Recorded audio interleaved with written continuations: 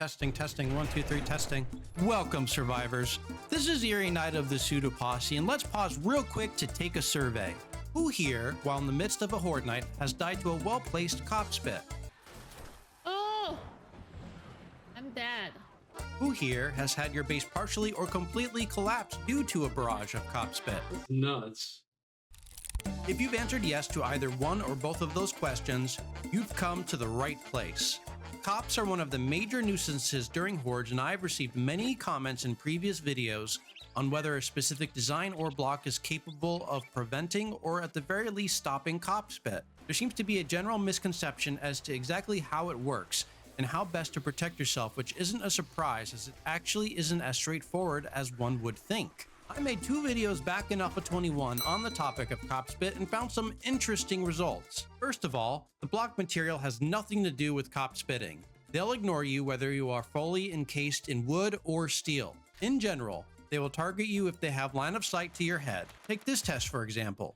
Despite my crotch being completely visible, they will all charge at me, not taking a moment's respite to stop and shower me in green. Using the same blocks, if I lower myself into the ground so my head is visible from the outside, cops will proceed to projectile vomit at me. But if that were it, then job done, video over. However, we live in the confounding timeline, and things can get a bit weird. In my Alpha 21 tests, I saw that with no line of sight, surrounding myself with full cubes prevented all cop spit, which, no surprise there. However, if you instead block line of sight with plate blocks, suddenly, cops have x-ray vision and will spit at you regardless of having no visibility of your precious headular brainy region. And what really bewildered me is if you made a pure cube block base, but covered it with plates on the exterior, cops would somehow still spit despite having a greater than 1 meter thick wall. What about if you have any shutters, hatches, or doors in your base?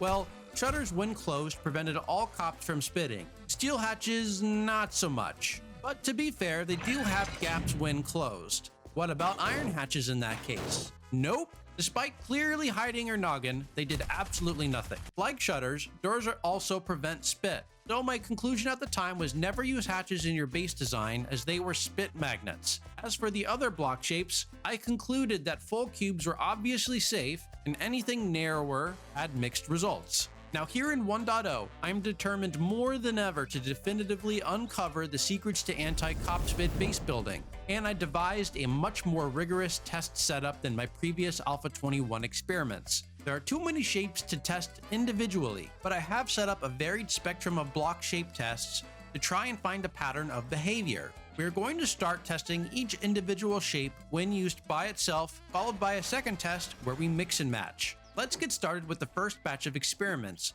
Same block tests. As with any good experiment, I'll establish the baseline, the control, from which we will compare our other results. And that, my friends, is the full cube shape. We'll work our way down in block cube thickness from the full cube down to plate. First, the full cube. And just like I thought, cops won't spit, which is what I expected.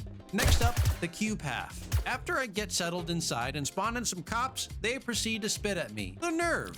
Continuously at that. Well, that doesn't bode well for the remaining quarter cube and plate blocks.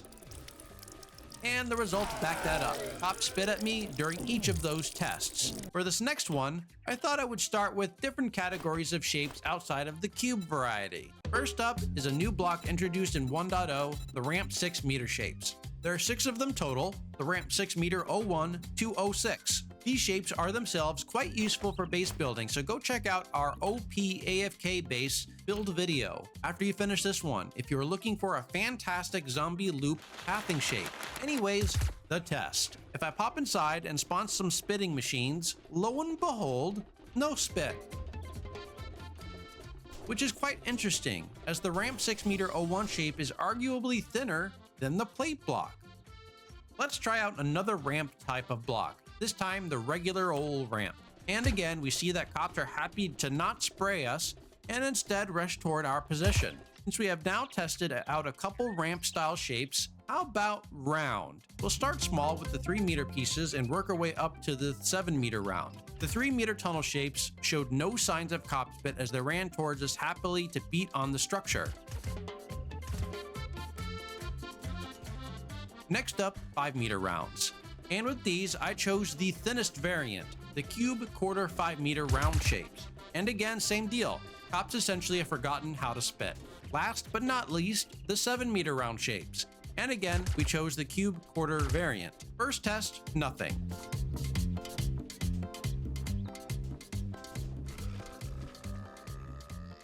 Second test, nothing. Third test, still nothing. That wraps up our first batch of tests, the same blocks. So what can we extrapolate from all of that? It appears when using any cube category of block, anything narrower than the full cube results in spit and is not safe. However, it appears that non-cube shapes don't have such a harsh restriction. I only tried out 2 types of ramps, but both worked very well despite being as thin or thinner than some of the cube variants. And when I got to the round shapes, they also worked very well. I would say there isn't a clear-cut way of determining which shapes are spit safe just by looking at a particular shape category or block thickness. But in general, if using cube category, just use cubes, nothing else. And it seems like the other categories are much safer, though if you are wanting to select a thin ramp or round shape, I'd test it out first in a similar fashion to what I did here. But it definitely seems like a much larger variety of non-cube shapes are safe from cop spit, which is nice. Okay, let's move on to the next batch of tests, mixing and matching different shapes. Mainly, I am concerned about matching a spit-safe block like the cube with a non-safe shape such as the plate. I will also try shapes in different positions on our test setup. So let's start at the top and remove all blocks and spawn in some cops. I suppose it is a good sign that zombies cannot see through the top, so I am guessing filling in some plates on the top should have no effect. Which it does not. Excellent. What if we cover the exterior of cube blocks with plates? In Alpha 21, this resulted in cop spit. However, in 1.0, it looks like cops are not phased at all and don't hurl the green projectiles. Let's go a step further and knock out the front-facing cubes and replace those with plates. It is looking promising. They're running, and point-blank range. So yeah, under no circumstances slot in non-safe shapes. That concludes the mix and match tests. It looks like you can combine safe and non-safe shapes as long as a safe shape is in between you and the cop. Our next batch of tests involved doors, shutters, and hatches. Recall in Alpha 21 that both doors and shutters were safe, as long as they were closed, while hatches were complete spit magnets. After a couple rounds of testing, doors and shutters still hold up, which is what I expected. The real test lies in hatches. Do they still suck? Let's pop in 4 iron hatches, as those have the best chance of success, as they completely block line of sight. After spawning in some cops, it turns out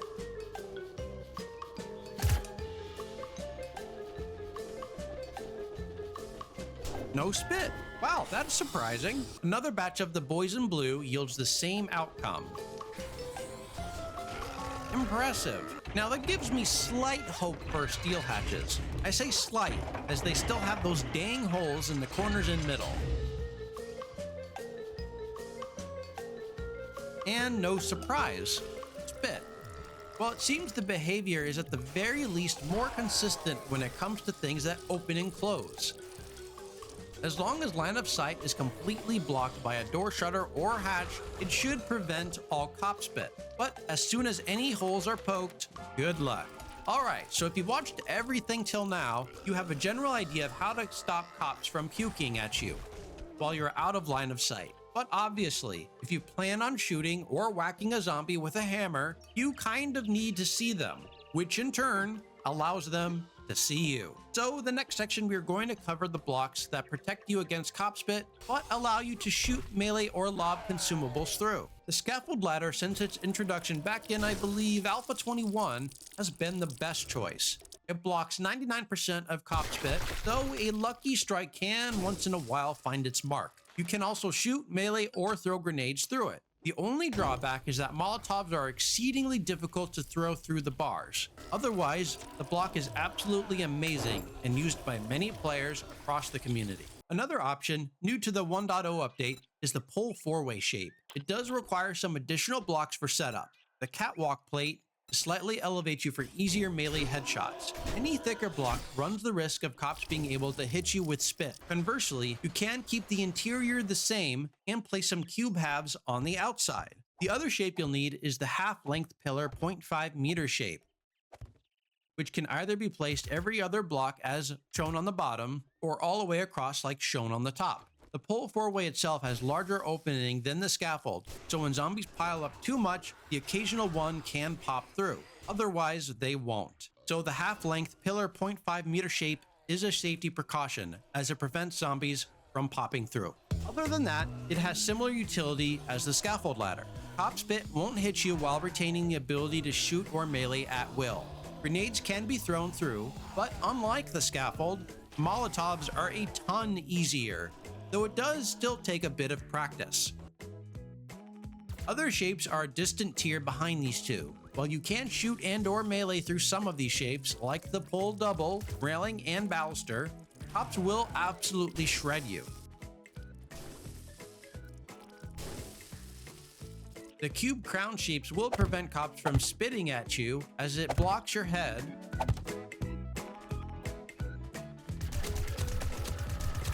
but it makes melee or shooting difficult. So in summary, the best two shapes for this use case are the scaffold ladder and the pole four-way. You can make other shapes work if you go through the extra effort to block line of sight using the previous sets of shapes we discussed. So given all of this, I'm going to design a base that drastically limits the amount of spitting that occurs by using appropriate shapes and also through some clever trickery. While it is completely impossible to prevent cops from reaching you, from reaching your melee shooting fighting position, you can make it less likely. May I introduce you all to the ramps once again, but this time set up like this. Zombies have a difficult time crossing it without falling in general. However, it isn't a non-zero chance, and smaller, more nimble zombies like Party Girl can get across on occasion. Larger, slower moving zombies like cops have a much harder time making it across, though again, it isn't a non-zero chance, but it is pretty low. We will abuse this fact to construct a base in which we lead zombies to a partially enclosed area while preventing most cops from reaching us. Furthermore, those that are stuck outside on the loop won't be able to spit at our walls as we'll use cop spit safe blocks. Let's get to it. First thing we're going to do is to create a set of stairs that will lead to the zigzag ramp pathway I just showed off. Nothing special here, and you can construct this however you like, but I will go ahead and use the stairs hollow and ramp filler to build my stairs. Our next step is to make the zigzag path. Do note that in between both ramp sections, you need at least 3 block wide section, so zombies cannot simply jump across the ramps. I already made the zig, time for the zag, which is simply placing the ramps in this orientation back and forth. Now, you could easily turn this into an AFK base by adding more zigzags to prevent all zombies from crossing. However, I do want some to make it across in this base, so I'll stop at 1 zigzag and instead continue the path downwards towards here-ish. If you are constructing this base in the early game, all you need is a single pathway. However, it isn't a bad idea to have a backup pathway, which will be virtually identical. I'll place the stairs near where zombies will drop from the first path we created, so they'll be more likely to go up the second path. I like to spread out zombies whenever I can, as clusters of zombies are more likely to get stuck and bash on blocks, which is no bueno. We'll continue this path in much the same fashion, zigzags, the same exact length and orientation, and we'll have both paths end for now collinearly, so we can connect them later on. We're going to shift focus now and start constructing the foundation of our base, which is where we will be positioned. And I'm going to use the ramp 6 meter shapes, which I previously demonstrated are spit preventative.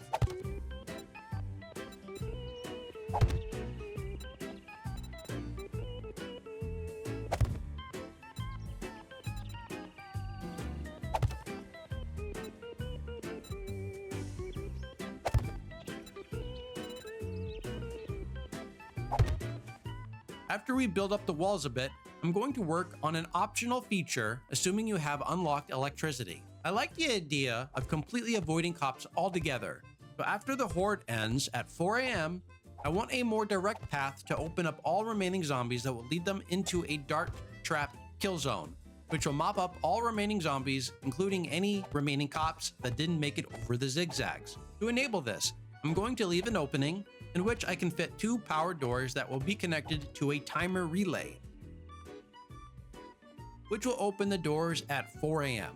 Don't worry, I'll show you all the setup a bit later as I continue building, but just store it in your memory banks for now. Following some additional wall building, I'm going to put in some powered hatches and position them like so. The idea being when they aren't powered, they will be flat against the wall.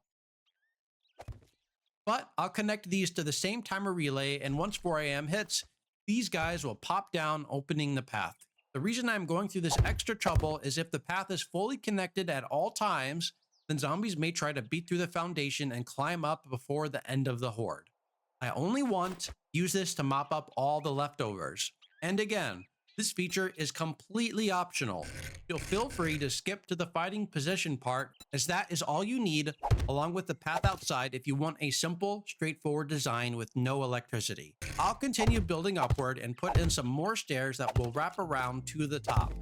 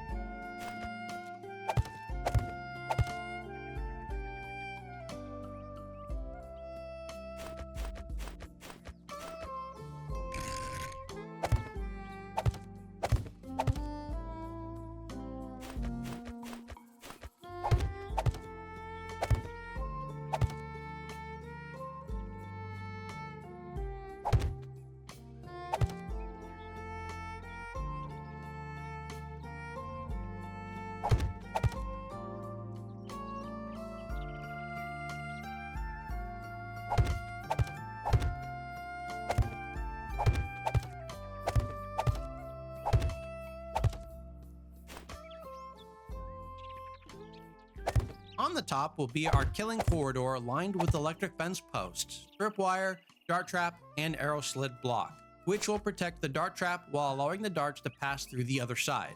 Speaking of the other side, I'll place a steel door on the other side, which will be closed off to the zombies, and will be one of our entry points into our fighting position. Whatever you do, do not start the ladder from the bottom to the top, as zombies will see it as a viable path and potentially avoid the dart traps. Instead, eliminate 2 ladders at the bottom so you can still jump up the ladders while zombies cannot.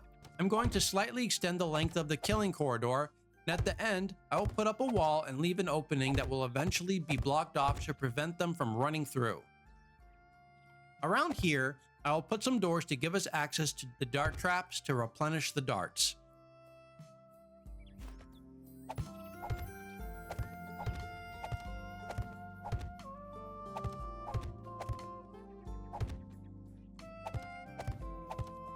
Because we made our arrow slit 2 blocks high, let's put in another row of dart traps so we can get double damage.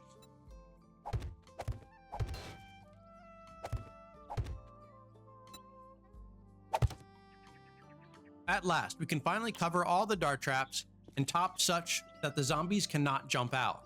One important thing to add is a ladder on the other side of the traps that will lead to our position. Zombies won't go through our killing corridor unless they have a direct path to us. So the direct path will lead through the darts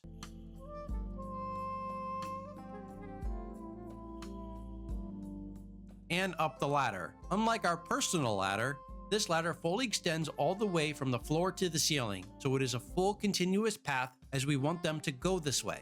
Another nice little feature I am going to add are some grenade chutes into this hallway from up above.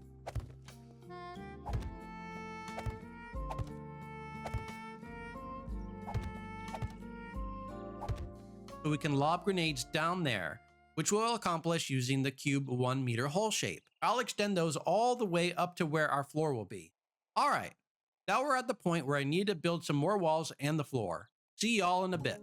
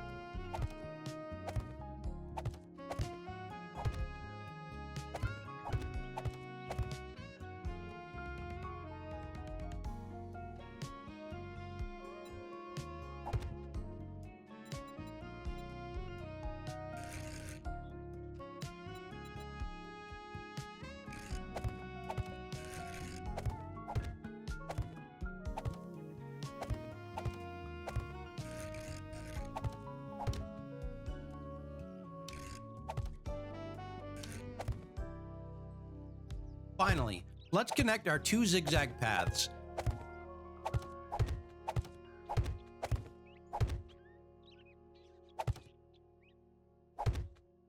going to route that around to our fighting position, which will be around here. And after much thought, I decided to go with the pillar 0.0125 meter centered shapes to form the path from my column to my base.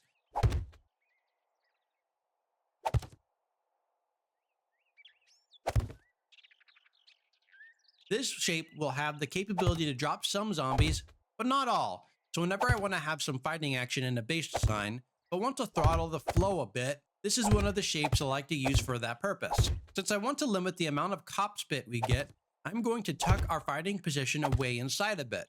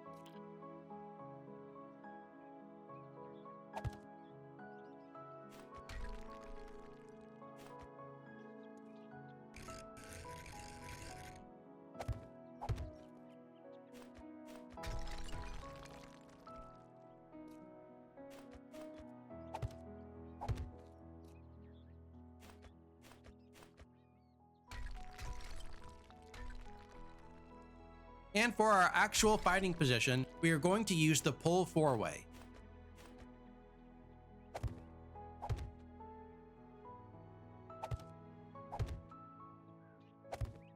Now remember what I said earlier about not using anything thicker than the catwalk, otherwise you'll suffer the spit? Well, since I am tucking this out of line of sight of cops, and hopefully will deter them from reaching us with our zigzags, I am going to use those here as it will make melee nice and easy from an elevated position.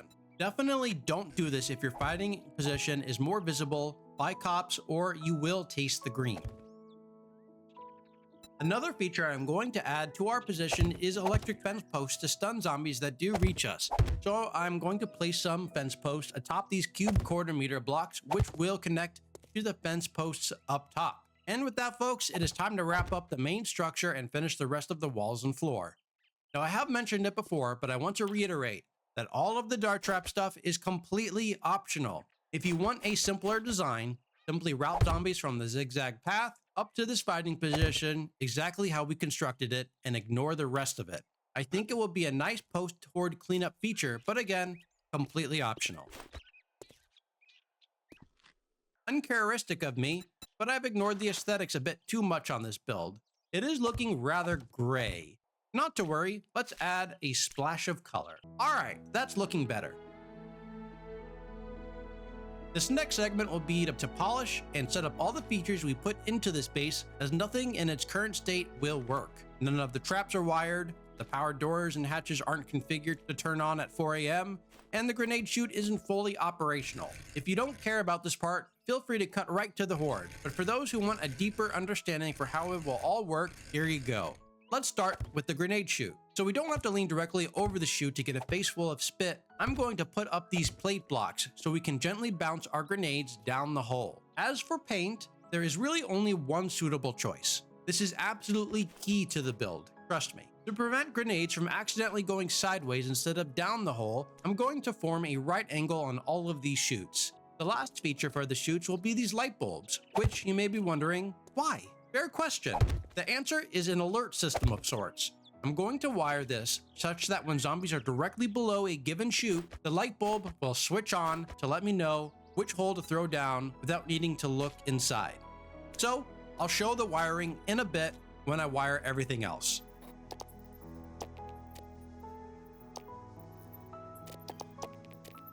Speaking of wiring, let's start with our fighting position fence posts. From the generator, attach a cable to the switch, which will allow us to turn on off everything attached to this switch. From the switch, attach to a fence post, and from that fence post, attach to the second post on the other side of the fighting position. The end post is the repairable one, which is why I connected this one last. Same deal for the rest of our fighting position posts. Run wire from the switch, down the ladder, and to the fence post underneath. Next, we'll attach it to the fence post above.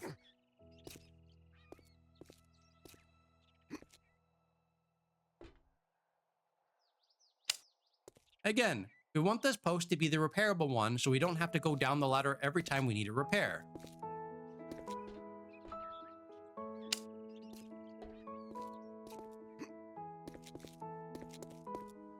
Which is why we went through the extra trouble of going down to wire that one first. The rest of the posts are done in the same way.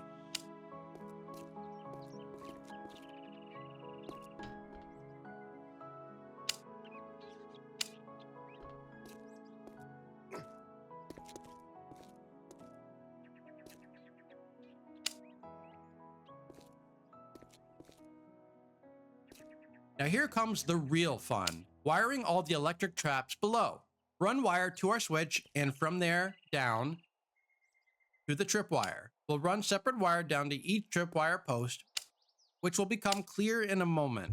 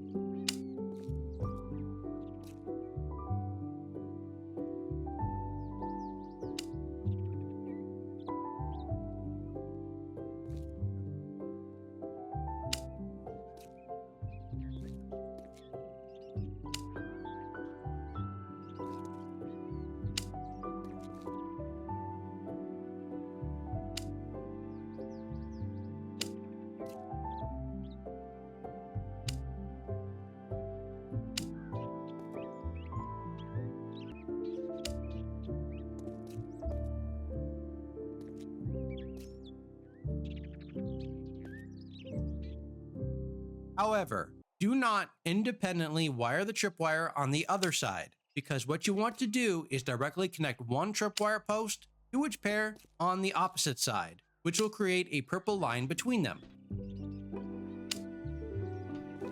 This purple line is what zombies will trigger upon touching it.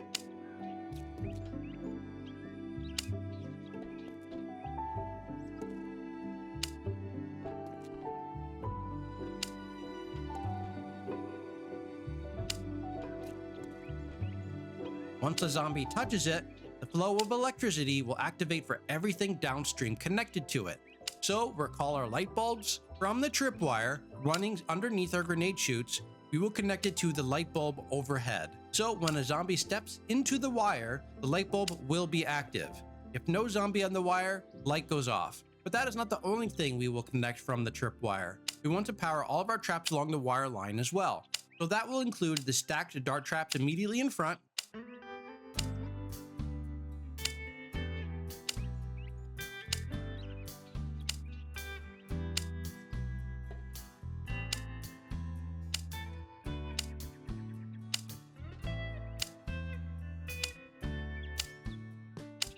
as well as the stacked traps on the other side,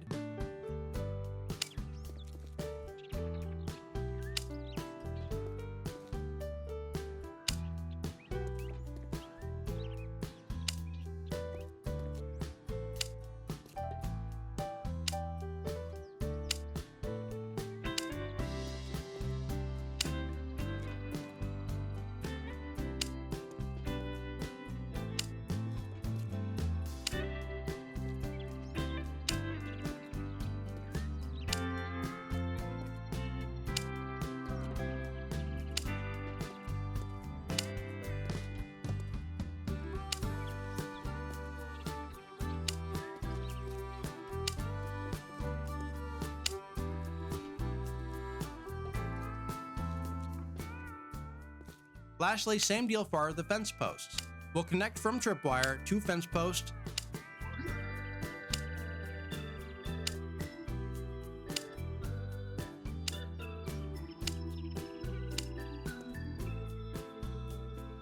and then fence post to opposite fence post.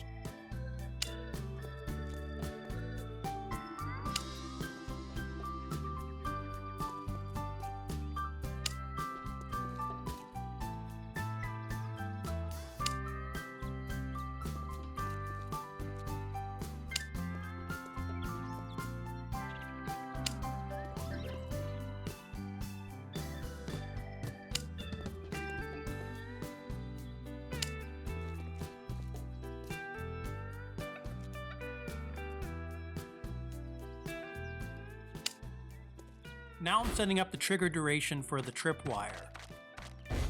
One by one. One by one.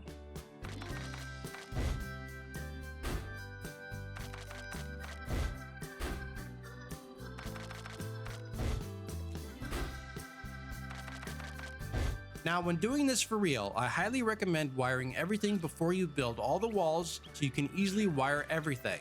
Or make doors, easily access all traps for wiring. Okay, we're nearly there. Time to set up all of our powered doors and hatches. Let's first grab a timer relay. Plop that down here. As we've done before, run wire from switch, but this time to the relay first.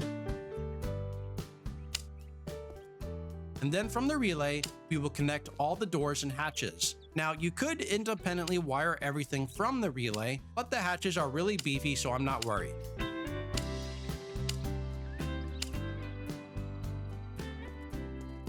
This next part is key. Interact with the timer relay and set the start time for 4 a.m. and the end time for, let's say, 8 a.m. Since all of our powered doors and hatches are connected via this relay, outside of 4 to 8 a.m., no power will reach those. But once it hits 4, electricity will be released from the timer relay and will power everything downstream. And once it reaches 8 a.m., it will shut off the power. The reason I didn't hook up the dart traps and such to the timer relay as well is if we still have zombies in the corridor, we don't want to suddenly power the traps off. We want to finish them up. The last thing I need to do is to block them off on the other side of the corridor. We don't want them to reach this point and climb up the ladder, so we need to give them an obstacle. Okay, we're finally ready to give this design a whirl. If we did it properly, we should see ideally no cop spit, but since we live in the real world, I would expect a bit of spit, though with our design, we should be fully protected. Light it up, Taco, in 3, 2, 1, go!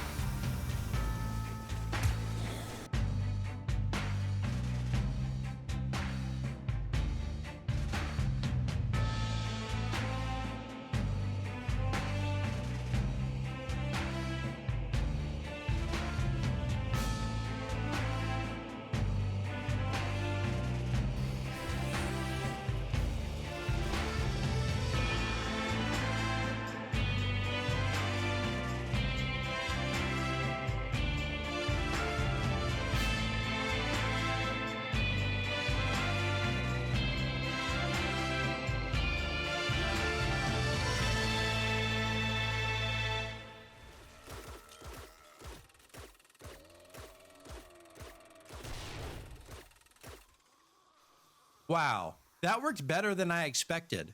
Not a single cop spit throughout the entire horde. I never actually saw a cop throughout the whole night. Not one managed to make it across the zigzags. And post-horde, they all ended up in my dart trap, in which they died to darts and grenades and not once ever got to see my glorious face. I'm actually really happy about this result. So yeah, if you use the right blocks and strategically block line of sight, you never have to see any spit or cops ever again. One thing to note about the zigzag path, well, maybe a couple pointers. First, as shown in my tests, it isn't guaranteed no cops will cross, though making the path higher reduces the chances of that, as if too low, zombies could pile up, allowing zombies to run across the heads of fallen zombies. Another thing to note is I minimally supported the zigzag path, and one of them actually collapsed during the horde, which was my intention to demonstrate two things. One, always have redundancy in your design in case something fails. Second, always robustly support your vital base structures. Well, I hope you all enjoyed the video. If you like seeing me test designs and build them, consider liking and subscribing to the channel, as it goes a long way in supporting us. Remember to tap the bell for notifications so you don't miss out on the latest video. Leave a comment below to let us know what you'd like us to build and test in the future. I'd also like to extend a heartfelt thanks to our wonderful Patreon community, whose generosity has aided the improvement of our content in multiple ways. Thank you all so much. Well, this is Eerie Knight signing off. See you all in the next one.